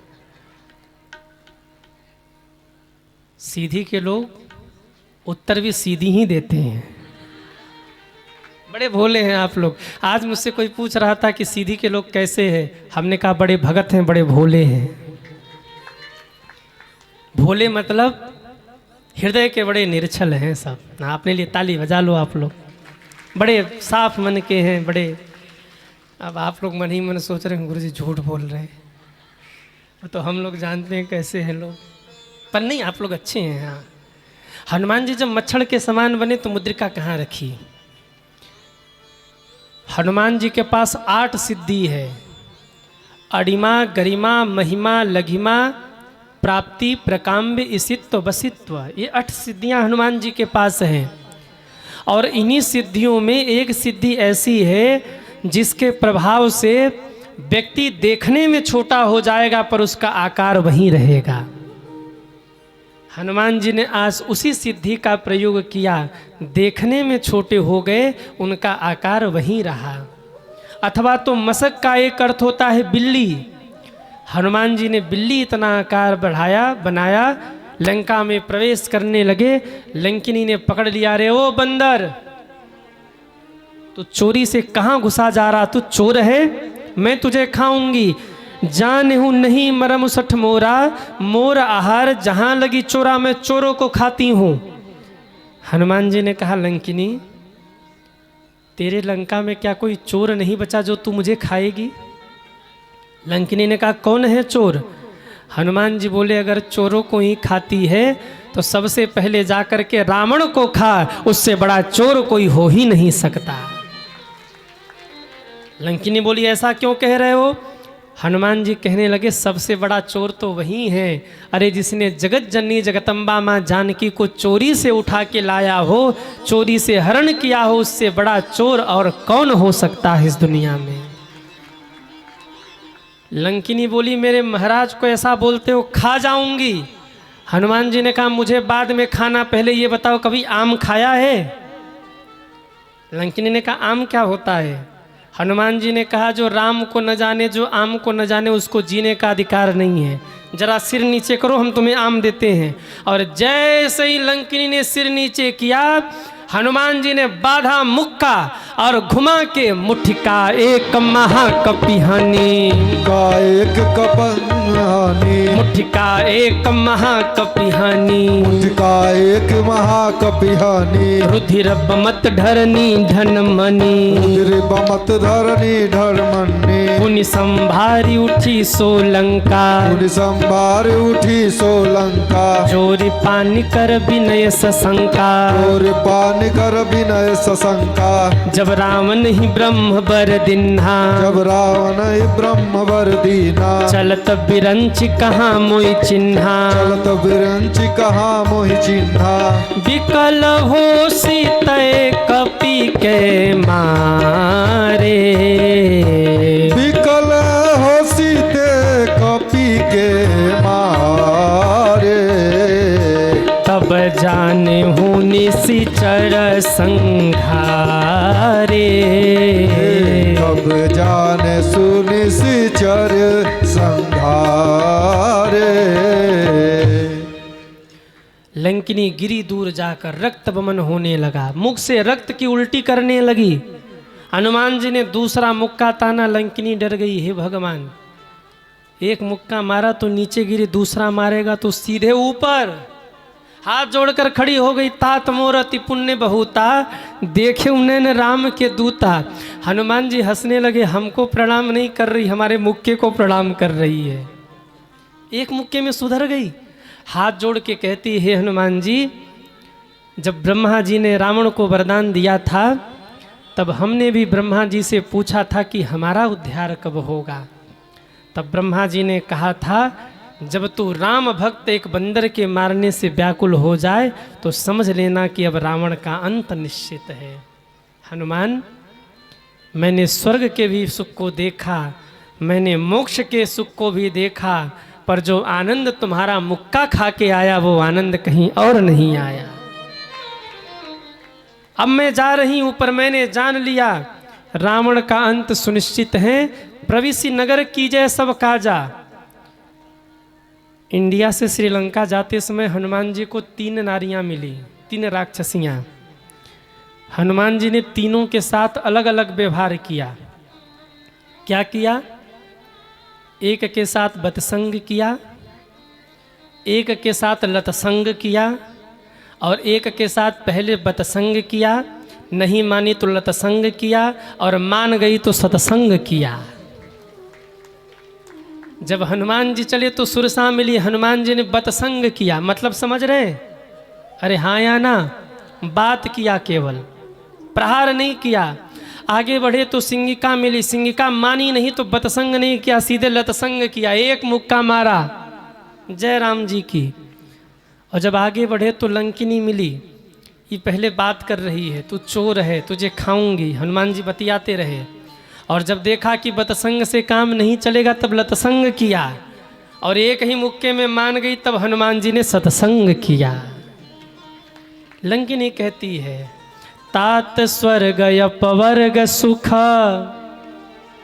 धरिय तुला एक अंग, तूलन ताहि सकल मिली, जो सुख लव सतसंग। हे तात, मेरे अति पुण्य है जो मुझे आपके दर्शन हुए। अब प्रविश नगर की जय सब काजा, हृदय राखि कौशलपुर राजा। हृदय में राम जी को धारण करके सब काम करिए, आपका मंगल हो।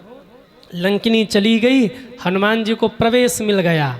बाबा कहते हैं, मंदिर मंदिर प्रतिकर शोधा, हर मंदिर में जा जाके, हर घर में जा जाके हनुमान जी माता जी को ढूंढ रहे हैं, पर माता जी नहीं मिली।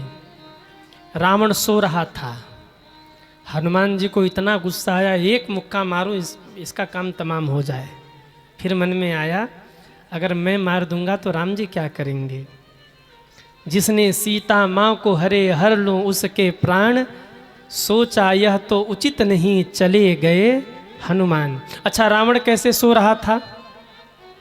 सीधे सो रहा था, ऐसे। और जो सीधे सोता उसको खर्राटा बहुत आता है। हाँ, रावण का खर्राटा साधारण नहीं था, 10 सिर थे ना इसके। और जब वो खर्राटा खींचे खर्र, तो खिड़की दरवाजा बंद,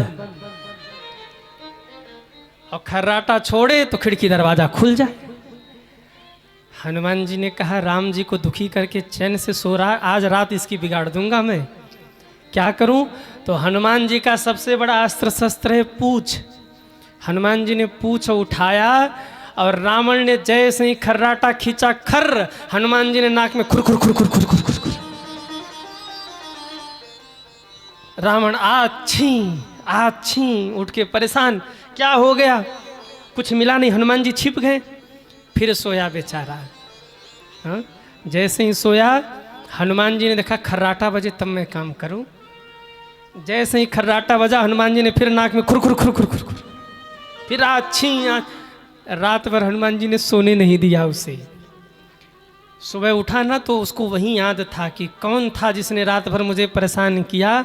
और जब हनुमान जी को देखा और लपकते पूंछ को देखा, तब रावण ने कहा, ओहो, यही बंदर की पूंछ थी जिसने रात भर सोने नहीं दिया। आग लगाओ कपि के ममता पूछ पर, सब ही कहूँ समुझाए, तेल बोरी पट बाद पुनि पावक देहूँ लगाए। बंदर की पूंछ में आग लगा दो। रावण रात भर परेशान रहा। रावण के पास कितने सिर थे? अरे कहिए 10 सिर। कई लोग कहते हैं, गुरुजी क्या सच में 10 सिर थे? एक सज्जन तो मुझे बड़े गजब के मिले।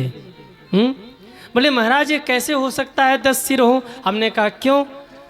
बोले हम कई दिन से सोच रहे हैं कि जब रावण के 10 सिर थे तो रावण सोता कैसे रहा होगा। बेचारा करवट तो नहीं ले पा रहा होगा, जब करवट ले तो 5 सिर टेढ़ा हो जाता, कष्ट हो रहा होगा उसे। हमने कहा देखो पहले भी विज्ञान का ज़माना था, उसने ऐसा बेड बनाया था कि जब करवट लेता था तो 5 सिर नीचे 5 ऊपर हो जाता था। गजब गजब लोग प्रश्न करते। एक मैया आई, बोले गुरुजी क्या सच में रावण के पास 10 सिर थे? हमने कहा लिखा है तो होंगे।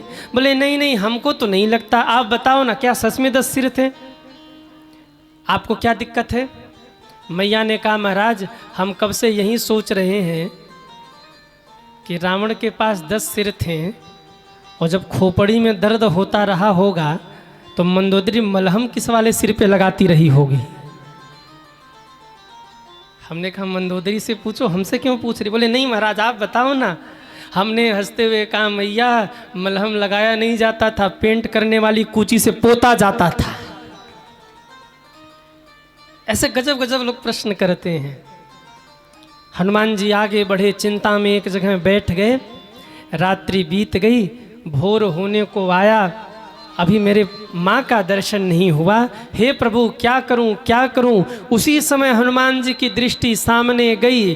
बाबा कहते हैं भवन एक पुण्य दीख सुहावा। भवन एक पुण्य देख भवन दिखा, सुहावा। भवन एक पुण्य दीख सुहावा। भवन एक पुण्य दीख सुहावा। हरि मंदिर तह भिन्न बनावा। हरि मंदिर तह भिन्न बनावा। रामायुध अंकित गृह शोभा बरनिन जाई। नौ तुलसी का वृंद तहाँ देखी हर्ष कपिराई। देखी हर्ष कपिराई। देखे हरिष कपिराई। कैसा भवन था? रामायुध अंकित गृह शोभा बरनिन जाई। धनुष बाण के चिन्ह बने थे। घर के सामने तुलसी का पौधा लगा था और घर के ऊपर लिखा था सीताराम सीताराम सीताराम। धन्य है विभीषण जी, लंका में रहते हुए भी घर के ऊपर लिखवाते हैं सीताराम। और दुर्भाग्य हम भारतवासियों का, जो भारत में भी रहते हुए घर पे लिखवाते हैं कुत्तों से सावधान। बजा दो जोर से ताली, धीरे क्यों बजाना। भारत के लोग अपने घर पे क्या लिखवाते हैं? कुत्तों से सावधान। कई बार तो हम चक्कर में पड़ जाते, आदमी रहता है कि कुत्ता, क्योंकि सीधे ही लिखा है कुत्तों से सावधान। कई बार लोग हमसे भी प्रश्न करते हैं कि गुरुजी क्या घर में कुत्ता पालना चाहिए? क्या कुत्तों के प्रति स्नेह रखना चाहिए? मैं तो इसी के पक्ष में हूं कि कुत्ते के प्रति स्नेह रखना चाहिए। अभी पूरी बात सुन तो लो।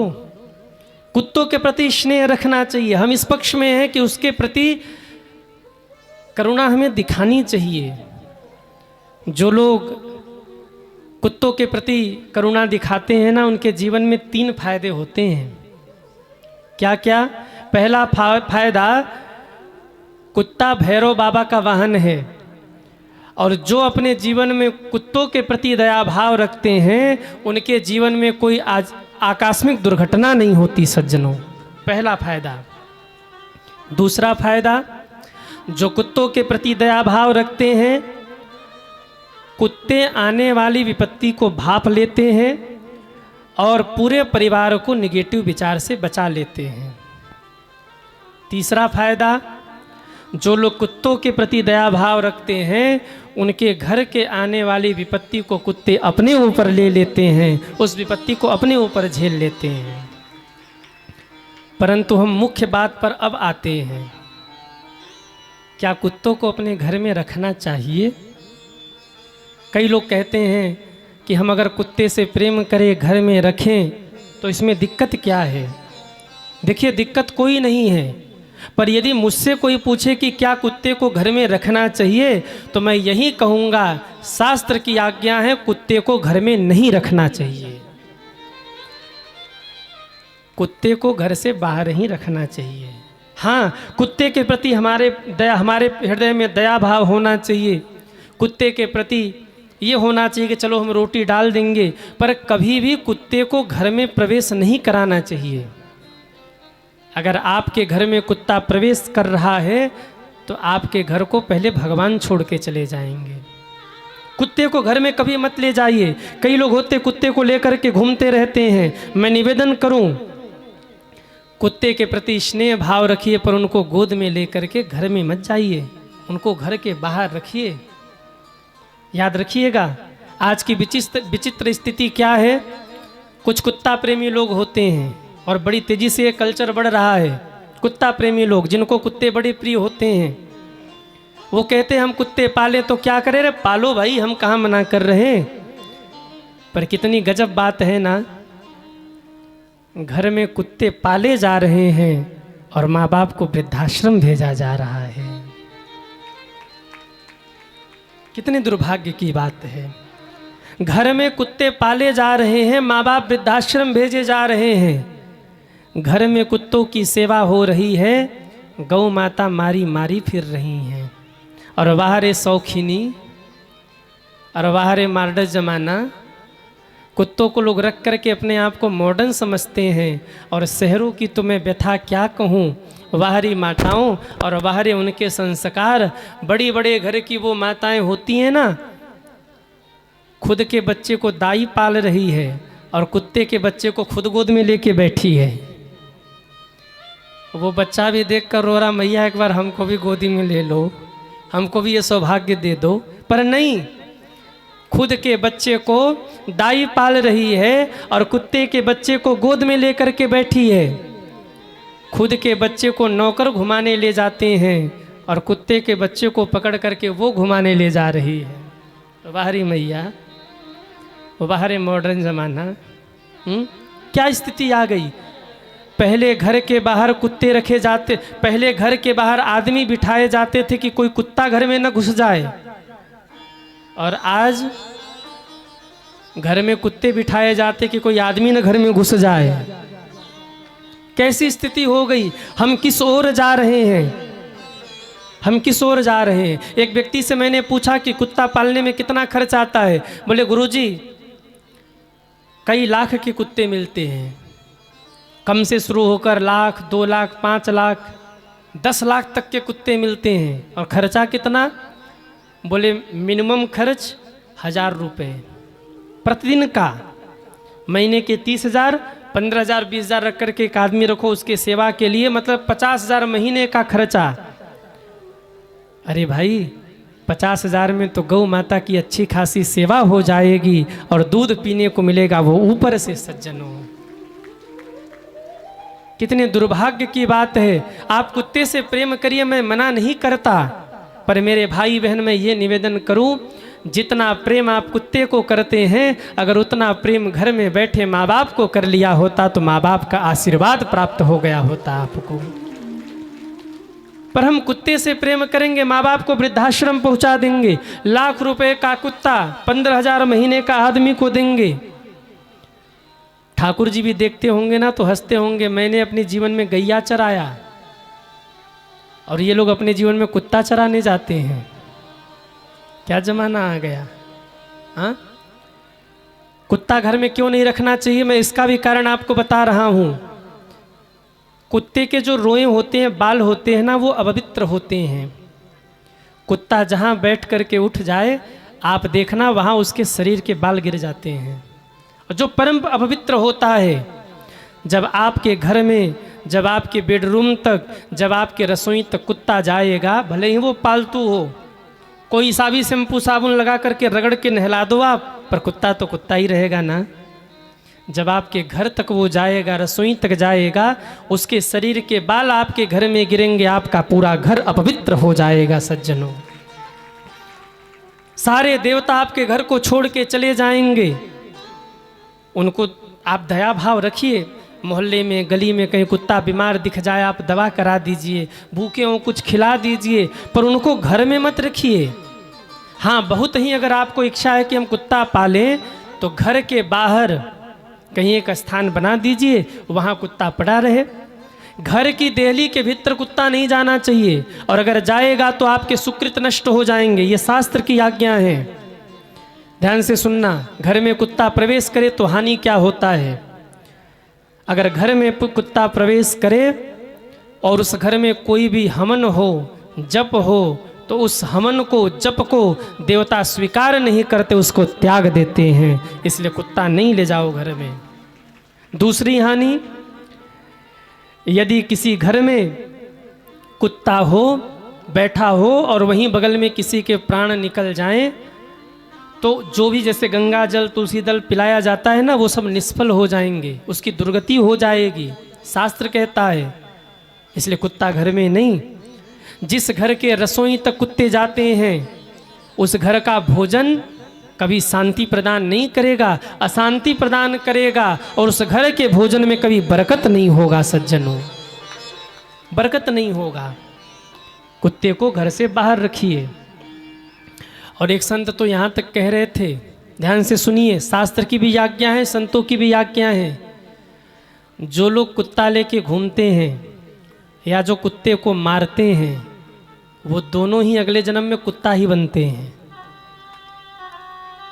हाँ, थोड़ी कड़ी बात है, पर जो लोग भी कुत्ता लेकर के घूमते हैं, कुत्ता पालन करते हैं, घर में कुत्ता को लेके जाते हैं या उसके ऊपर हाथ उठाते उसको मारते हैं, दोनों ही कुत्ता बनते हैं अगले जन्म में।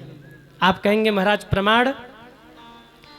जिसने जीवन भर कुत्ते से प्रेम किया हो, मरते समय कौन याद आएगा? कहिए ना, कुत्ता याद आएगा। कुत्ता भी स्वामी भक्त होता है। कुत्ता ये देखता है कि मेरा मालिक मुझको कितना मान रहा है, और जब वो अपने स्वामी का भक्त होगा और उसकी मृत्यु हो रही हो तो मुंह चाटने तो जाएगा ही, सांत्वना देने तो जाएगा ही। और कुत्ते की स्मृति हो गई तो अगला जन्म कुत्ते का हो जाएगा। प्रमाण भागवत जी में है। मृग को याद करके परम भक्त जड़ भरत जी प्राण त्यागे थे। भरत जी महाराज प्राण निकला था, मृग को याद करके अगले जन्म में मृग बनना पड़ा। अंते मति सोई गति। अगर आपने अंतिम समय में कुत्ते का चिंतन भी कर लिया तो अगले जन्म में आपको कुत्ता ही बनना पड़ेगा। अथवा तो आपने किसी कुत्ते के ऊपर हाथ उठाया ना, तो कुत्ता भी तो बदला लेगा। अगले जन्म में वो बनेगा मानव और आप बनेगो कुत्ता, और जैसे आपने मारा था वैसे वो भी धोएगा। इसलिए शास्त्र और संत कहते हैं जो कुत्ते को मारे या जो कुत्ते को घर में ले जाए, रसोई तक, विश्राम कक्ष तक, घर तक, वो अगले जन्म में वही रूप पाता है। इसलिए बड़े सावधान। आप लोग ये कहोगे कि गुरुजी आप घृणा करते हो। मैं घृणा नहीं करता, पर सबका स्थान है। हमारे वेदों ने बताया है क्या धर्म है और क्या अधर्म है। धर्म क्या है, धर्म क्या है? वेद और शास्त्र जिसको कहते कि ये करना है वो धर्म है, और जिसको कह देते कि ये नहीं करना वही अधर्म है। जैसे चमड़ी अशुद्ध होती है, मरने के बाद चमड़े को स्पर्श नहीं करना चाहिए, पर उसी चमड़ी से ढोलक बनता है। तबला बज रहा है ना, इस पे वही चमड़ी लगी है, पर शास्त्र की आज्ञा है उसकी शुद्धि हो गई। वो अब वो चमड़ी नहीं है, चमड़ी है पर वो चमड़ी नहीं है। तबला बन जाने के बाद, ढोलक बन जाने के बाद, वाद्य यंत्र में लग जाने के बाद वही चमड़ी पवित्र हो गई। मरने के बाद किसी की हड्डी छू जाए तो लोग स्नान करते हैं, और जो शंख बजाते हैं ना वो भी हड्डी ही तो है, वो परम पवित्र है, क्योंकि शास्त्र ने आज्ञा की वो परम पवित्र है, उससे पूजन करो। शंख में भर के जल स्नान कराओ ठाकुर जी को। किसी को मारना पुण्य है कि पाप? कहिए, पाप है ना? बॉर्डर पर सैनिक लोग क्या करते हैं? आतंकवादी दिख जाए तुरंत मार देते हैं। ये मारना पाप है, पर वो मारना पुण्य है। किसने बताया? शास्त्र ने बताया। क्या पुण्य है क्या पाप है इसको हम आप नहीं निर्धारित करते, हमारे धर्म ग्रंथ इसको निर्धारित करते हैं। कुत्ते के प्रति दया भाव हो ये धर्म है, पर कुत्ते को घर में आप प्रवेश करा दीजिए यही अधर्म है, ये शास्त्र की आज्ञा है। अगर हम विरोधी होते, हमारा धर्म कुत्ते का विरोधी होता, तो आप सोचिए हमारे यहाँ कहा गया पहली रोटी गाय को, आखिरी रोटी किसको? कुत्ते को। एक बड़ी जानकारी की बात मैं आपको बता दूं, शायद पहले आपने नहीं सुना होगा, या जो बूढ़ी माताएं यहाँ बैठी हो उन्हें याद हो। बड़े बुजुर्ग कहा करते थे कभी भी चूल्हे से तवे को खाली नहीं उतारना चाहिए। जब सारी रोटी बन जाए तो आखिरी रोटी रख करके ही उस तवे से उठाना चाहिए, तवे को चूल्हे से उठाना चाहिए, और वो रोटी थोड़ी सी मोटी बनानी चाहिए, क्योंकि वो आखिरी रोटी किसका है? कुत्ते का है। कभी भी खाली तवे को चूल्हे से नहीं उतारना चाहिए, पाप लगता है, दोष है ये। एक अंतिम रोटी आप थोड़ी मोटी बनाइए, वो कुत्ते के नाम से है, और बनाकर उसके सहित आप तवा उतारिए और वो ले जाकर कुत्ते को खिलाइए, उससे आपको पुण्य मिलेगा, पर स्पर्श मत करिए।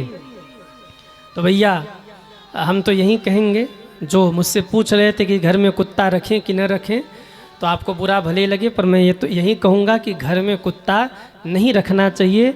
स्नेह भाव रखिए, दूर से रोटी खिला दीजिए, लेकिन कुत्ते को घर में मत ले आइए। बोलिए भक्तवत्सल भगवान की जय हो। कुछ सूचना हम लोग सुन ले, पुनः कथा यात्रा की ओर चलेंगे। बोलिए रामचंद्र भगवान की जय हो।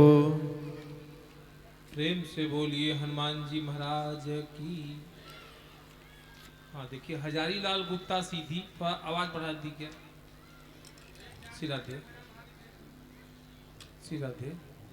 हजारी लाल गुप्ता सीधी, सागर प्रसाद गुप्ता देवसर, छठी लाल गुप्ता महुआ गांव, प्रमोद कुमार गुप्ता बैठन बैढ़न, बबलू प्रसाद गुप्ता बैढ़न, बब्बू प्रसाद गुप्ता बैढ़न, यज्ञसेन गुप्ता जबलपुर, लालू लाल गुप्ता बरम बाबा।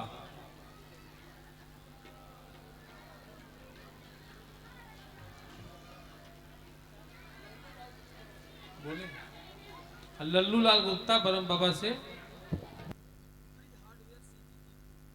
ब्रिज हार्डवेयर सीधी दीपू, अगर आप लोग हों तो अविलंब आए, व्यासपीठ से आशीर्वाद प्राप्त करें और इसके बाद कथा के क्रम को आगे बढ़ाया जाए।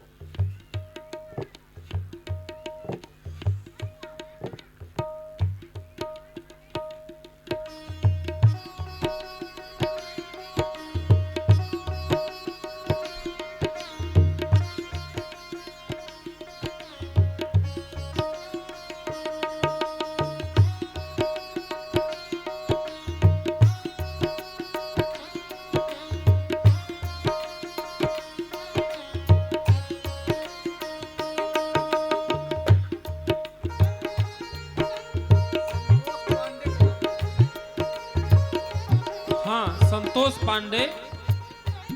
पांडे, संतोष पांडे खैरही से।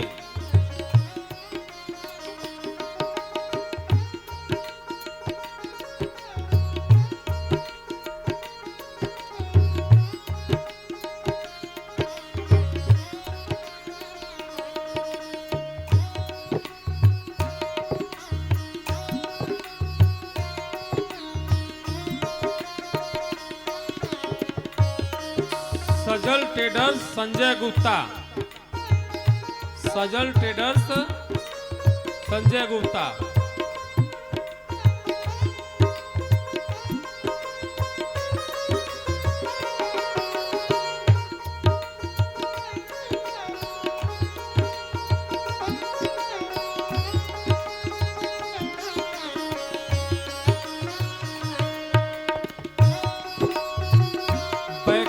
प्रसाद गुप्ता सीधी, जिनका नाम लिया जा रहा है वो धीरे धीरे मंच की तरफ आते रहें और जो लोग स्वागत सम्मान कर लें अपना अपने स्थान पर जाते रहेंगे।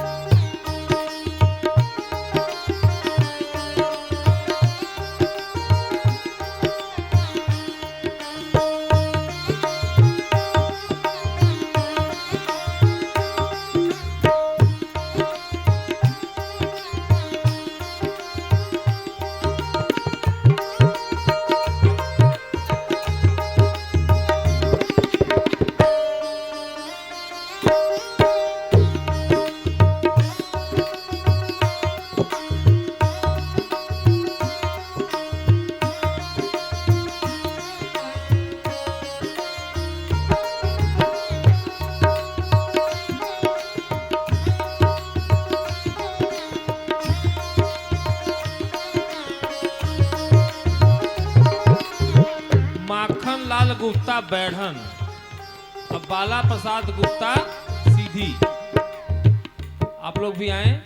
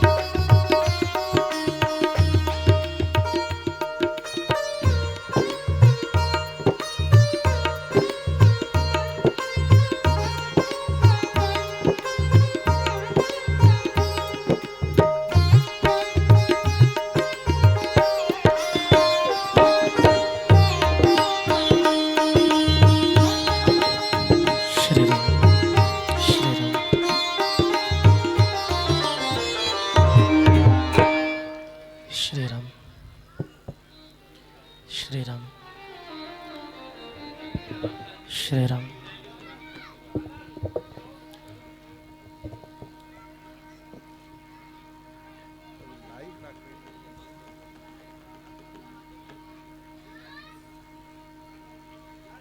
हाँ, अब स्वागत का कार्यक्रम पूर्ण हुआ महाराज जी के, और अब कुछ ही समय कथा का बचा है।